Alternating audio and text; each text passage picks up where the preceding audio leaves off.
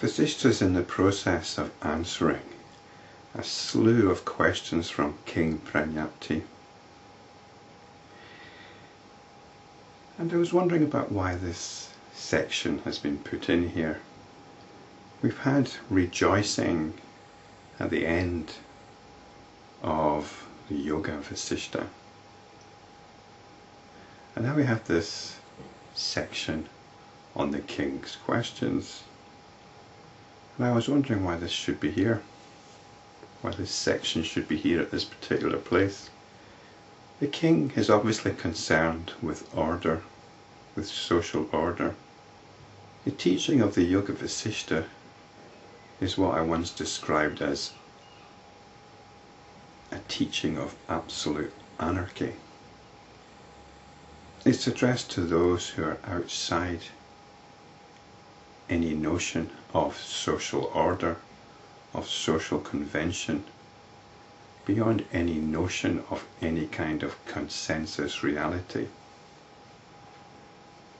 So this kind of thing is obviously going to bother somebody in power, and they need some kind of reassurance. They need some kind of reassurance that the social order, the consensus reality, is not going to break down. And this is what Vasishta is giving the king. Although he's doing it without compromising the teaching. Everything is consciousness, even the consensus reality, even the social order, even change within social order. All this is consciousness. So the point is, the absolute anarchist is not out to destroy anything. This is often the image of the anarchist. The anarchist is about freedom,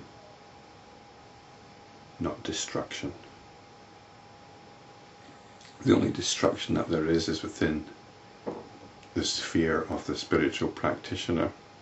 It's destruction of the attachment to all our notions, to all our notions of a reality out there, and indeed to all notions of reality whatsoever. But it's not simply about the king's insecurity. The king is obviously an intelligent king and is asking questions. These are the questions which arise within any system. Any system is going to have contradictions within it. This has been proved mathematically. You can never have a perfect system. It's the nature of systems to be intrinsically imperfect. All you can do is do your best. So, but the king has obviously found that there are contradictions in the consensus reality. And he's asking Vasishta for some explanation. Vasishta said, "You mentioned the case of one's friend and one's enemy praying for contrary results in a holy place." So this is it. One person prays for your welfare, one person prays for your destruction. How is that resolved?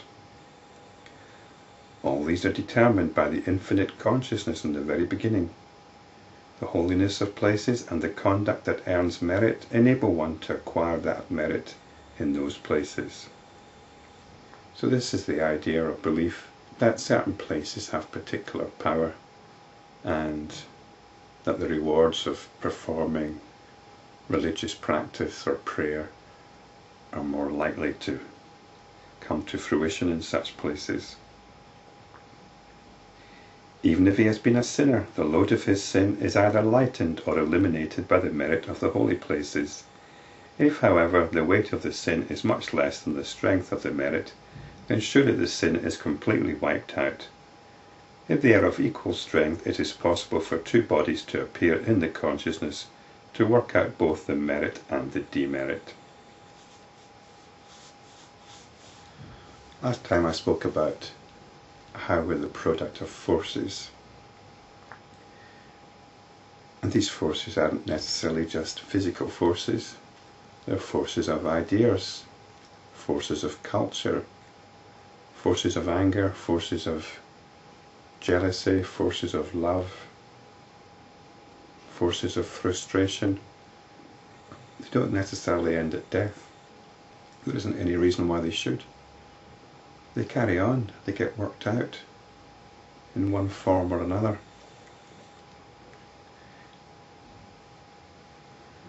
And you've got quite an intriguing possibility which would make the basis of a good story here.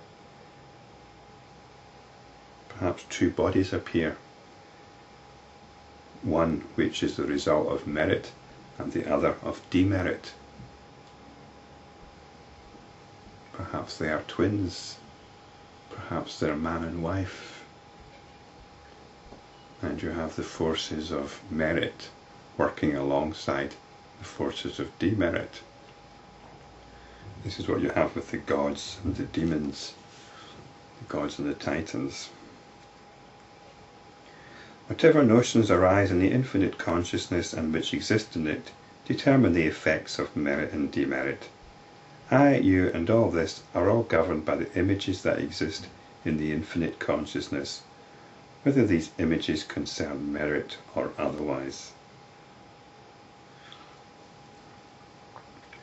The Swedish mystic Emanuel Swedenborg, he taught this as well.